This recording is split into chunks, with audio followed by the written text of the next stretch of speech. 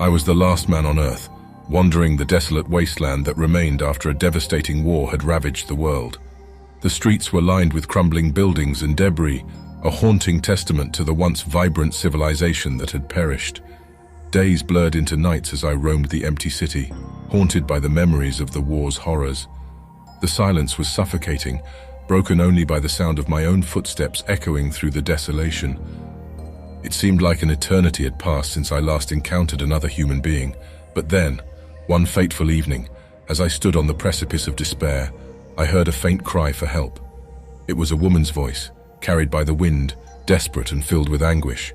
My heart leaped with a mixture of hope and fear. Could it be possible? Was there someone else still alive?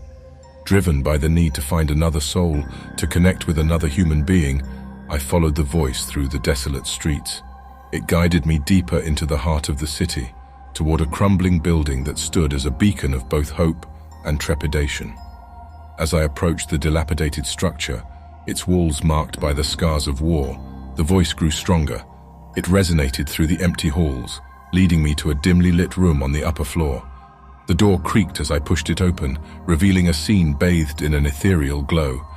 There, huddled in a corner, was a woman, her fragile form shrouded in tattered rags. Her face was pale, her eyes haunted by unspeakable horrors. Tears streamed down her cheeks as she locked eyes with me, her voice trembling with desperation.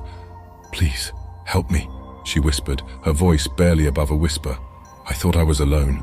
I thought I was the last one. I rushed to her side, my heart filled with a mixture of empathy and concern.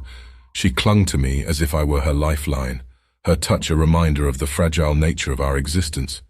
We were the last remnants of humanity, clinging to each other amidst the ruins of our world.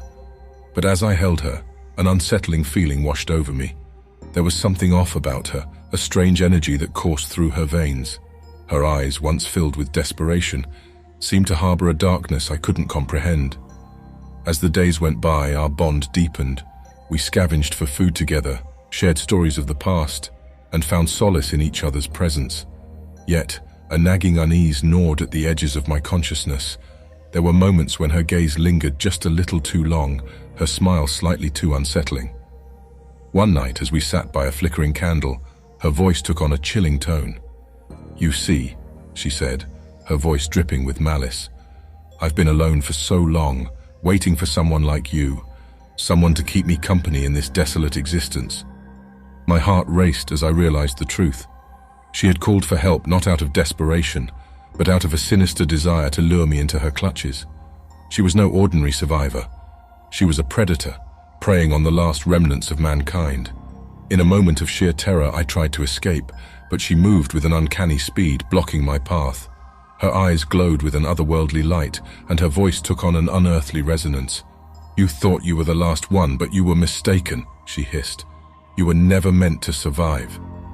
The room seemed to close in around me, the walls shifting and contorting with malevolent intent. She advanced, her every movement a grotesque dance, as if relishing the fear that coursed through my veins. I was trapped, caught in her web of darkness. As her grasp tightened, I felt my life force drain away, consumed by the very being I had thought to be my salvation. Her laughter echoed in the empty room, a haunting symphony of my demise. In the end, the last man on Earth met a fate worse than solitude. I became nothing more than a vessel for her insatiable hunger, a last meal of sorts.